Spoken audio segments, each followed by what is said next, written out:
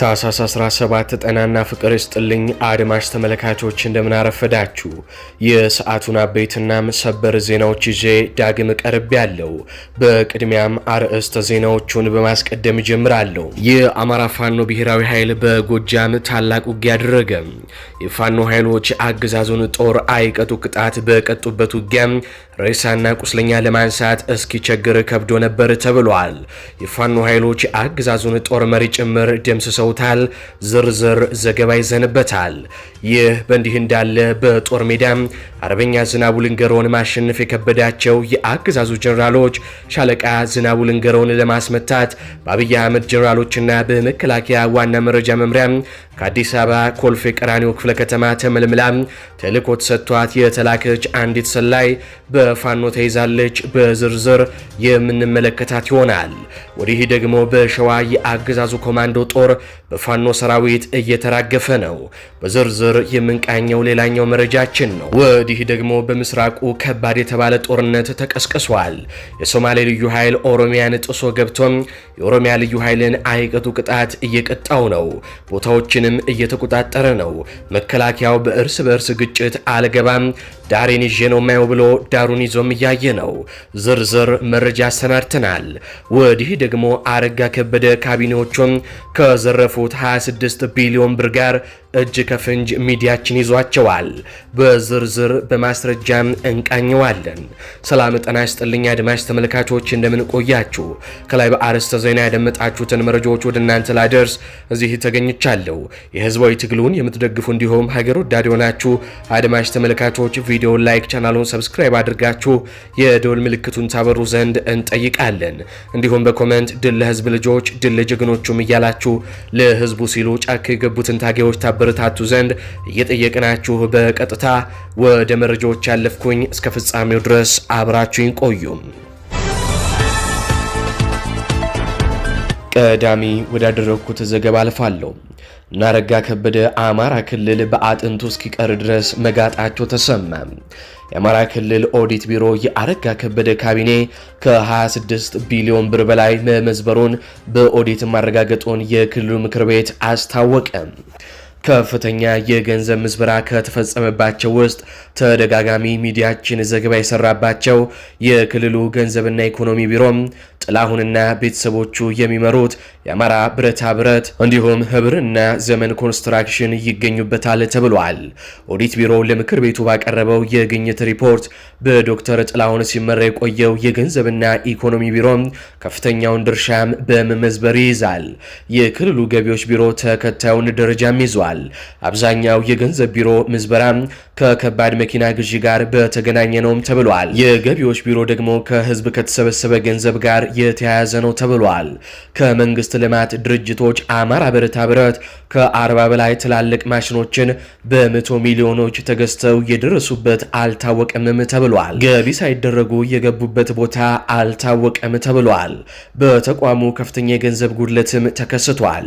ሁለተኛው ህብር ኮንስትራክሽን ሲሆን ይህም በ100 ሚሊዮን ብር ዝርፊያ የተፈጸመበት ጉድለት የተገኘበትም ነው ተብሏል።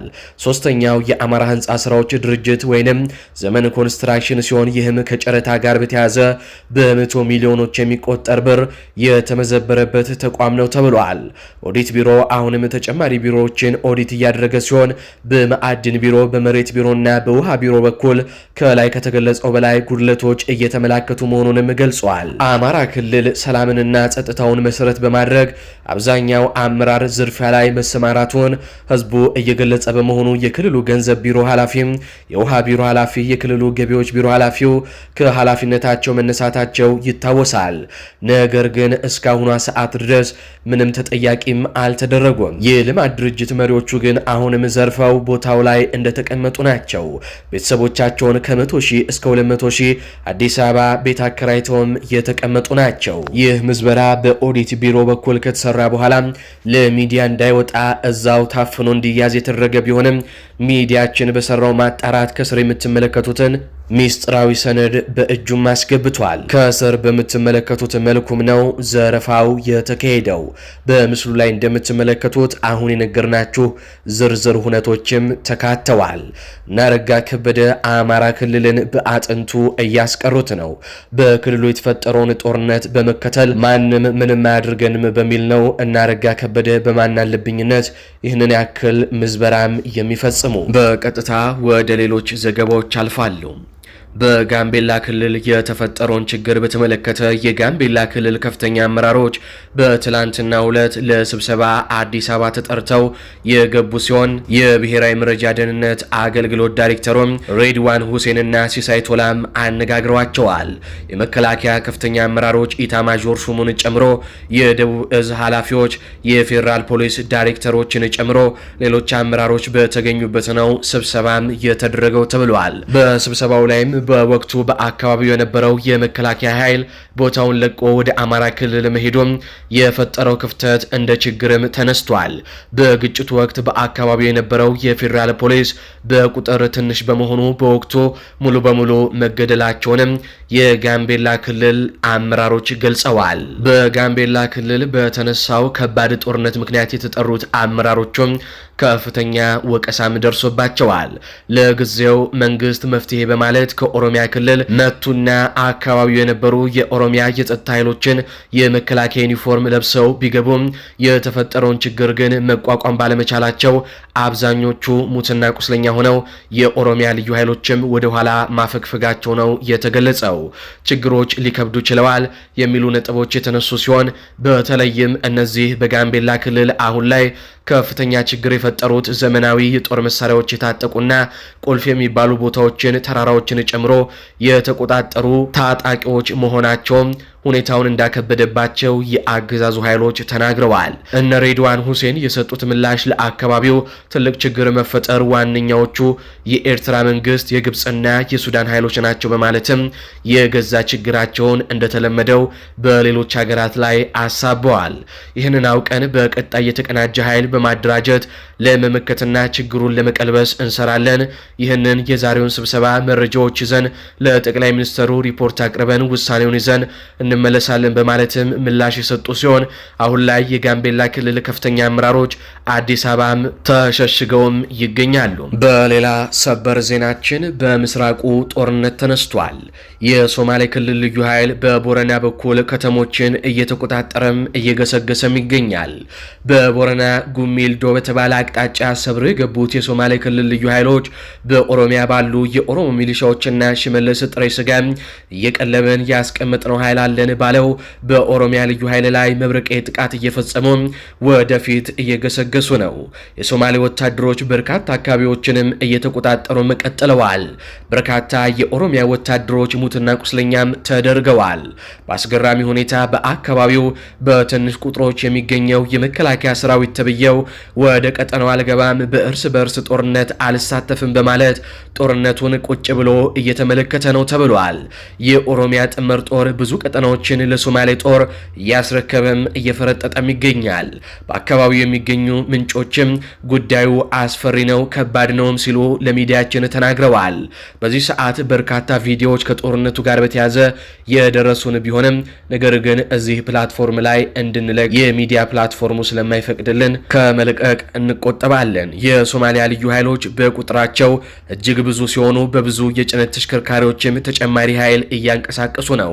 በቅርቡም ወደ ድሬዳዋ ተመሳሳይ ጥቃት በኦሮሚያ ኃይል ላይ ይፈጽማሉ ተብሎም ይጠበቃል። አብይ አህመድ በፓርላማ የሐሰት ትርክት ፈጥሮ ድሬዳዋ የኦሮሚያ ነበረች የሚል ሐሰተኛ ንግግር ከተናገረ በኋላ በምስራቅ ኢትዮጵያ ተረጋግቶ የነበረው ሰላም መደፍረሱም ነው የተነገረው።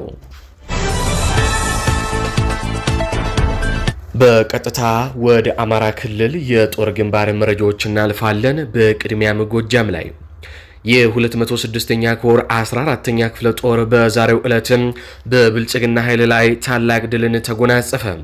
ዘራፊና ጨፍጫፊ የሆነው የብልጽግና ሰራዊት ከሞት የተረፈ ግብስብስ ሰራዊቱን በመያዝ ወደ ማርዘነብ ታዳይ ከተማ ባቀናበት የፋኖ ኃይሎች 114ኛ ክፍለ ጦር የሰራዊቱ አባላት ማለትም የአንበሳ ደበሎቹ የቀስተ ደመና ሻለቃ ፋኖች፣ ነበልባሎቹ የክፍለ ጦር ኮማንዶዎችና የክፍለ ጦሩ ጥምር ጦር አባላት በሌሊት በመግባት በብልጽግና ኃይል ላይ በእሳት ሰይፋቸው ሲቀስፉት አርፍደዋል ተባለ። የብልጽግና ኃይል ዙ 23 የታገዘ ውጊያው በጀግኖቹ የፋኖ ሰራዊት አባላት የጨበጣ ተኩስ የበላይነት የታየበት የብልጽግና ኃይል በዙ 23 የታገዘ ውጊያ ቢከፍትም የፋኖ ሰራዊት አባላት በጨበጣ ተኩስ ግን የበላይነት ወስደውበት ከፍተኛ ኪሳራን አድርሶበታል። እንዳበደ ውሻ እዚህም እዚያም እየተከለፈለፈ የአገዛዙ ሰራዊት የጀግኖቹን ምድር እንደዋዛ የሚረግጣት ግን አልሆነለትም። ስም አጠራሩ የብልጽግና ልቦና በሚያርበደብደውና ቦታ ለይቶ በሚመታው ጀግኖቹ ሰራዊት የእሳት በትር እየተገረፈ ምድሪቷ ገሃነም ሆናበት እንደ እሳት ራት እርር ኩምትር እያለ ሜዳ ላይ እንደቀረም የአይን ማኞች ገልጸዋል። በሌሊት በተጀመረው ውጊያ በርካታ ቁጥር ያለው የብልጽግና ኃይል የተቀጠቀጠ ሲሆን የብልጽግና ኃይል አስከሬኑንና ቁስለኛውን ሲጎትት እንደዋለም ነው የተገለጸው። በውጊያውም አንድ አይሱዚ አስከሬን ተነስቷል የተባለው 3 አምቡላንስ 3 ፓትሮል ቁስለኛ የተነሳ ሲሆን ከዚህም መካከል 3 አምቡላንስ ቁስለኛ ሆስፒታል ገብቷል። 3 ፓትሮል ቁስለኛ ደግሞ በራሱም በብልጽግና ካምፕ ለመታከም ገብቷል ሲሉ የአይን ማኞች ሁነቱን ገልጸውልናል። በዚህ ውጊያ አንድ ከፍተኛ የጦር አመራር ጭምር እንደተገደለም ነው የተነገረን። ነገር ግን እስካሁን ማንነቱም አልታወቀም። ይህ በእንዲህ እንዳለ በሌላ ሰበር ዜናችን ሻለቃ ዝናቡ ልንገረውን ለማስመታት በአብይ አህመድ ጀነራሎችና በመከላከያ ዋና መረጃ መምሪያ ከአዲስ አበባ ኮልፌ ቀራኒዮ ክፍለ ከተማ ተመልምላ ተልእኮ ተሰጥቷትና በከፍተኛ ስልጠና የተላከች አንዲት ሰላይ በቴዎድሮስ እዝ የወታደራዊ መምሪያ የጸረ መረጃ ክፍል ክትትል በደጋዳሞት ልጅ ንጉስ ቀበሌ በቁጥጥር ስር መዋሏ ነው የተነገረው። ይህች ሴት አርበኛ ዝናቡ ልንገረውን እንድታስመታ ካልሆነም ደግሞ ራሷ እንድትጨርሰው ተብላ ከፍተኛ ስልጠና ተሰጥቷት ነው ወደ ጎጃም ቀጠና ከአዲስ አበባ ተነስታ የገባቸው። በፋኖ እጅ ከፍንጅም ተይዛለች። ምርመራ እየተደረገባት ነው። የፋኖ ኃይሎች ምርመራውን እንደጨረሱም የቪዲዮ ቃለ መጠይቅ ሰርተን ወደ እናንተም የምናቀርባት ይሆናል። ከዚህ ጋር በተያያዘ አገዛዞም በጎጃም ያስቸገረን ዝናቡ ልንገረው ነው በሚል ዝናቡ ልንገረውን ለመግደል ላለፉት 2 ዓመታት ያልፈለገው መንገድ ያልፈጠረው ታሪክ የለም። ነገር ግን አርበኛ ዝናቡ ልንገረው እነ ጀነራል መሐመድን እያስጨነቀ አሁንም ድረስ በጀግንነት እንደቀጠለ ነው። ወደ ሸዋ እናልፋለን። ከሸዋም ሰበር የድል ዜና ተሰምቷል። የአማራ ፋኖ ሸዋ ጠቅላይ ግዛት እዝ ክፍለ ጦሮች አርበኞች ፋኖ ጦር በጋራ በሸዋ ጣርማበር ማንቢያ ቀበሌ ማፉድ ሻሎሜዳ በሁለት ግንባር ከፍተኛ ትንቅንቅ እያደረጉ ነው።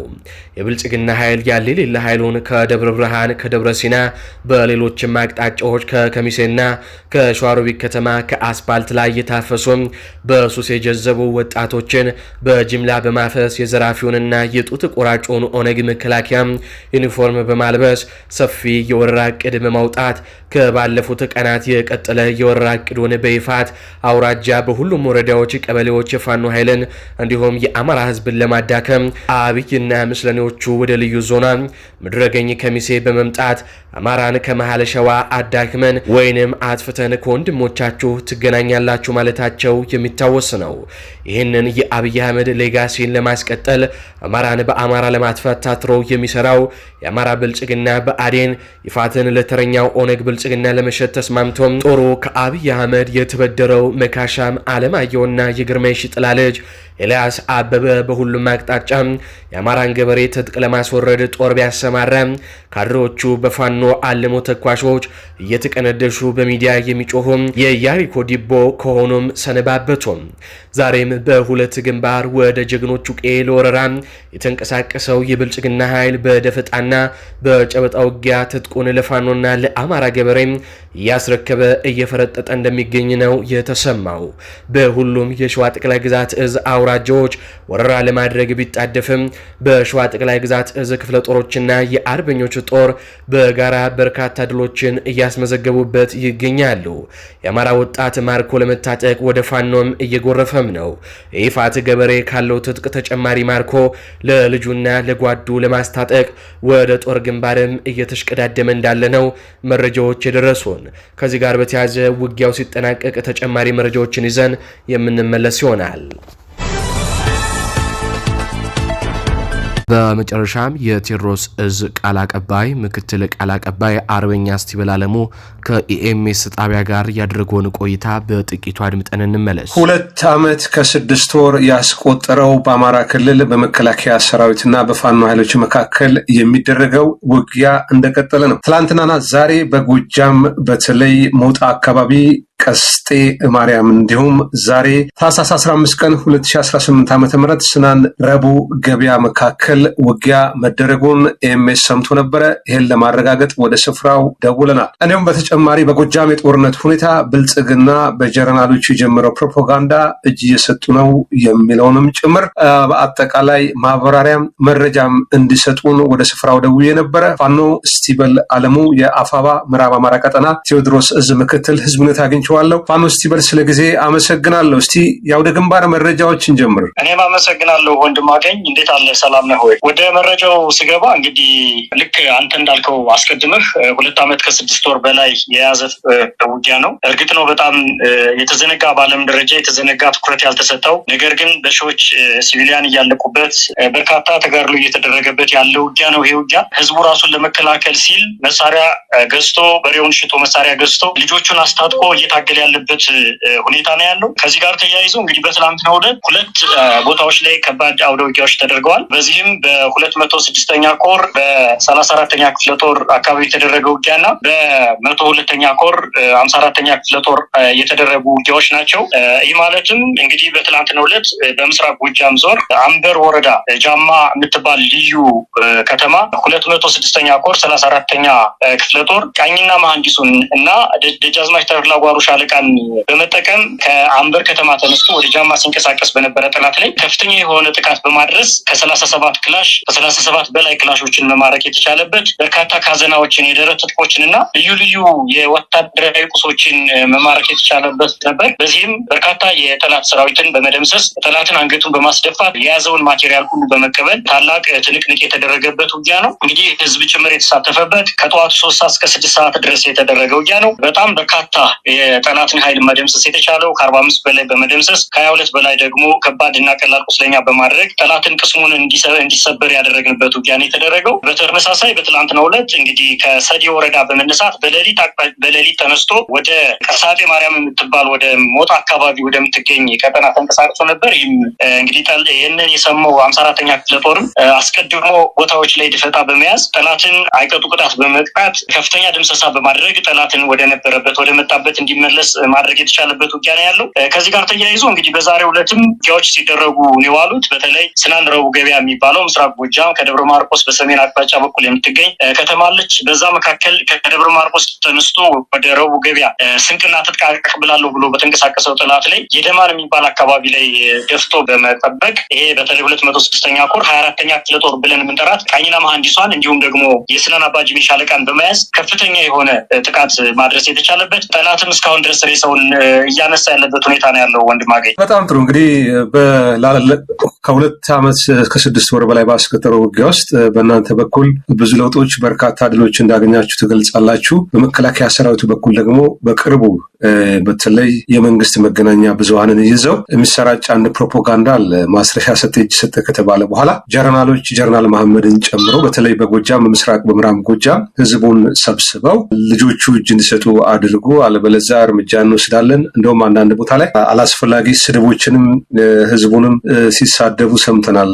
ፋኖን አባብላችሁም አሳምናችሁም ተማጽናችሁም ካላመጣችሁ ይህ አካባቢ ልማትም አያገኝም የሚል ዛቻና ማስፈራራት አለ። እንደው አጠቃላይ ሁኔታ ሁኔታው እንዴት ይገለጻል? በአንድ በኩል ዛቻ አለ፣ በአንድ በኩል ልመናና ሽምግልና የተወጡበት ሁኔታ አለና እነዚህ ጀነራሎች ከብልጽግና ካድሬዎች ጋር ሆነው ከህዝቡ ጋር አደረግን የሚሉት ውይይት እንደው ለዚህ ምላሻችሁ ምንድን ነው? በእናንተ በኩል እውነት አልቆላችኋል? እነሱ እንደሚያወሩት ነው ወይ?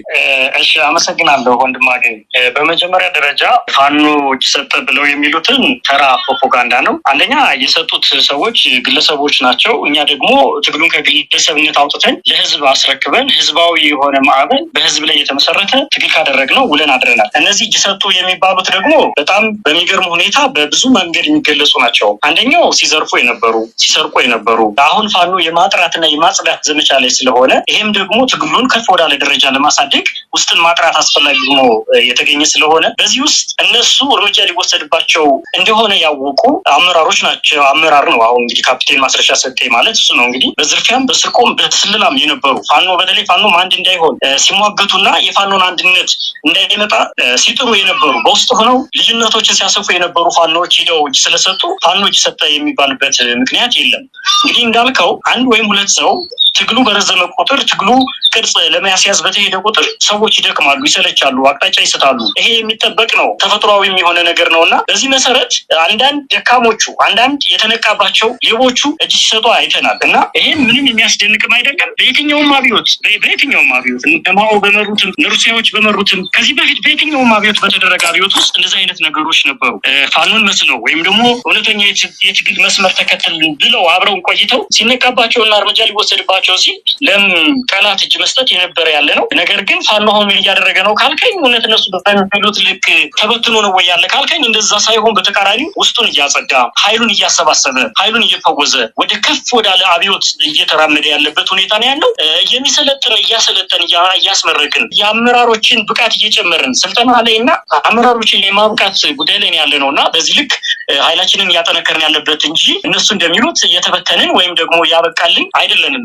ይሄ ደግሞ ፕሮፓጋንዳ ነው። ጠላት በወደ ውጊያ ሲሸነፍ የሚያደርገው ነው። ይሄንን ልመዝል የምችለው ጠላት በተለያየ አቅጣጫዎች ቅድም እንደነገርኩ እየተመታ ነው ያለው። ከዚህ በፊት አይቶት በማያውቀው መልኩ በተጠና መልኩ ስስ ብልቶችን እየመታን ኮሎኔል ጭምር እየደመሰስን ያለበት ነው። እንግዲህ በመተከል ሰምተሃል። ኮሎኔል ጭምር የደመሰስንበት ውጊያ ከባድ ውጊያዎች ነው። እንግዲህ ለተከታታይ ሳምንታት በባለፈው ያደረግን እንግዲህ ማስረሻ ሰጤ ከዳ እየተባለ በነበረበት ሰዓት ላይ ነው። በተመሳሳይ ማስረሻ ሰጤ እንግዲህ ወሎ አካባቢ ነው። በነገራችን ላይ ማስረሻ ሰጤ የጎጃም እዝ ይሉታል እንጂ ጎጃም ውስጥ አንድም ሲል አልነበረውም። የሚታወቅ ነው። ከአፋድ ጋራ ወሎ አካባቢ ነበር የሚንቀሳቀስ የነበረው። በዛ ቀጠናም ብንመለከት ከባድ ምድ የተመቱበት የቡድን መሳሪያዎች የተማረኩበት እንጂ ፋኖ አንድ ግለሰብ ስለሄደ ወይም አንድ ግለሰብ ስለከዳ የሚዳከምበት ወይም ምን የሚሆንበት ምክንያት የለም። ስለዚህ ፋኖ አሁን ራሱን እያጠራ ዝቃጮችን እያስወገደ በፋኖ ውስጥ ገብተው የነበሩ ዝቃጮችን እኛ ዝቃጮችን እያልን ነው የምንጠራቸው። እነዚህ የህዝብ ትውልድን የካዱ ካዲዎች ናቸው። እነዚህ ስለስለላ የገቡ ደካሞችና የአማራን ህዝብ የማይመጡን አዲሱን ትውልድ የማይመጡን ደካሞች ነበሩ። ስንነቃባቸውና እርምጃ እንድንወስድባቸው እንደሆነ ሲያውቁ ነው እንግዲህ ወደዛ የገቡ። ነገር ግን ፋኖ እነዚህን እያጸዳ እየጠነከረ ለትውልዱ የሚመጥን ለህዝብ በዲሲፕሊን የሚመራ ፋኖ ለህዝብ የታመነ ፋኖ ለመመስረት ስንል እነዚህ አይነት እርምጃዎችን የውስጥ ማጽዳት ስራዎችን እየሰራ እንገኛለን። በዚህ ውስጥ ግን ሰግተው ተነቃብን ብለው የሄዱት እኛን የሚያሳስበን አይደለም፣ ከጉዳይ የምንጥፋቸው አይደለም። እሳት የላሰ ትግሉን ከጫፍ ሊያደርስ የሚችል በዲሲፕሊን የታነጸ የትግሉን ዓላማ ጠንቅቆ የተረዳ አዲሱ ትውልድ እየገሰገሰ እየመጣ ያለበት ሁኔታ ነው ያለው። ከህዝብ ጋር ተያይዞ ላነሳው ጥያቄ በመጀመሪያ ደረጃ ህዝቡ ተገዶ በአፈሙዝ ተገዶ የህልውና ስጋት ሆኖበት ስብሰባው ላይ ካልተገኘ በአፈሙዝ ሊገደል እንደሚችል የታጋዩ የኛ አካል ናቸው ሊባሉ ስለሚችሉ ተገደው የሄዱበት ሁኔታ ነው ያለ። ይህን ደግሞ እንዴትና ማረጋገጥ ይቻላል? አንደኛ ህዝቡ እኛን እየተከተለን ያለ ልጆቹን በመስጠት ስንቅ ትጥቅ በመስጠት መረጃ በመስጠት ነው። አሁንም ህዝቡ እኛን እያገለገለን ያለ አብሮን እየተሳተፈ ያለ የእሱ ውጊያ ነው፣ የራሱ ኮዝ ነው እኛንም ወደዚህ የከተተን እንጂ ለእኛ ብለን ለግለሰብ ጥቅም ብለን አይደለም የወጣ ነውና ህዝቡ አሁንም ቢሆን ተታጋዩ ጎን እንደሆነ ማሳያ ነው። ሌላውን እንኳን እንዲሁ ስብሰባ ላይ የሚደሰኩሩበትን ብታየው ምዕራብ ጎጃም ላይ በሰላም አካባቢ ጀነራሎቹ ተሰብስበው ፕሮፓጋንዳ የሚያደርጉበትን ህዝብ ብታየው ተሸማቆ ነው እንግዲህ ያለው። ተሸማቆ ነው የምናየው በቪዲዮ በምናየው መልኩ ማለት ነው። ምን ማለት ነው? ተገዶ እንደመጣ እንጂ ሆን ብሎ የመጣም እንዳልሆነ ለስብሰባ ፈቃደኛ ፈቃደኛ ሆኖ እንዳልተገኘ ማንም ሰው ሊያረጋግጠው ሊያውቀው ህዝባችን ነቅቶና ተደራጅቶ ስንቅና ትጥቅ ሆኖ መረጃ ሆኖ እያገለገለን ያለ ፕላስ እዚህ በጀነራሎች ስብሰባ ላይ እየተገኙ የሚደሰኩሩት ደግሞ የካቢኔ አባሎቻቸውን ህዝብ አስመስለው ፎጣ አልብሰው ጋቢ አልብሰው የከዱ ሊያዙ የነበሩትን ፋኖችን እኛ በወንጀል ስንፈልጋቸው የነበሩትን ፋኖችን ወደ እነሱ በመውሰድ ድሮም ፐርፐዝ ወደኛ ልከዋቸው ስለነበር እንይዛቸው ስንል ኑ ብለው ጥሪ በማድረግ በመውሰድ ፋኖ ይሄንን ወንጀል እየሰራ ነው ብለው የነሱ ወንጀል በእኛ እንዲያላክኩ እያደረጉ ያለበት ሁኔታ ነው እንጂ በፍጹም ነው የምነግርህ ህዝቡ ከኛ ጋር ነው ያለው። ፋኖም በሚገርም ቁመና ላይ ነው ያለው። የበለጠ ወኔ፣ የበለጠ ጥራት፣ የበለጠ አደረጃጀት ነገ ምናልባትም ትግሉን ወደ ከፍ ወደ አብዮት ሊያሳድግ የሚችል ቁመና ላይ እንደሚገኝ አስረግጬ ልነግርህ እወዳለሁ ወንድም አገኝ። አድማጭ ተመልካቾች ለሰዓቱ ያስኩላችሁ ዘገባዎች እነዚህን ይመስላሉ። በቀጣይ በሌሎች ዘገባዎች እስካገኛችሁ ድረስ ቸር ያሰማን።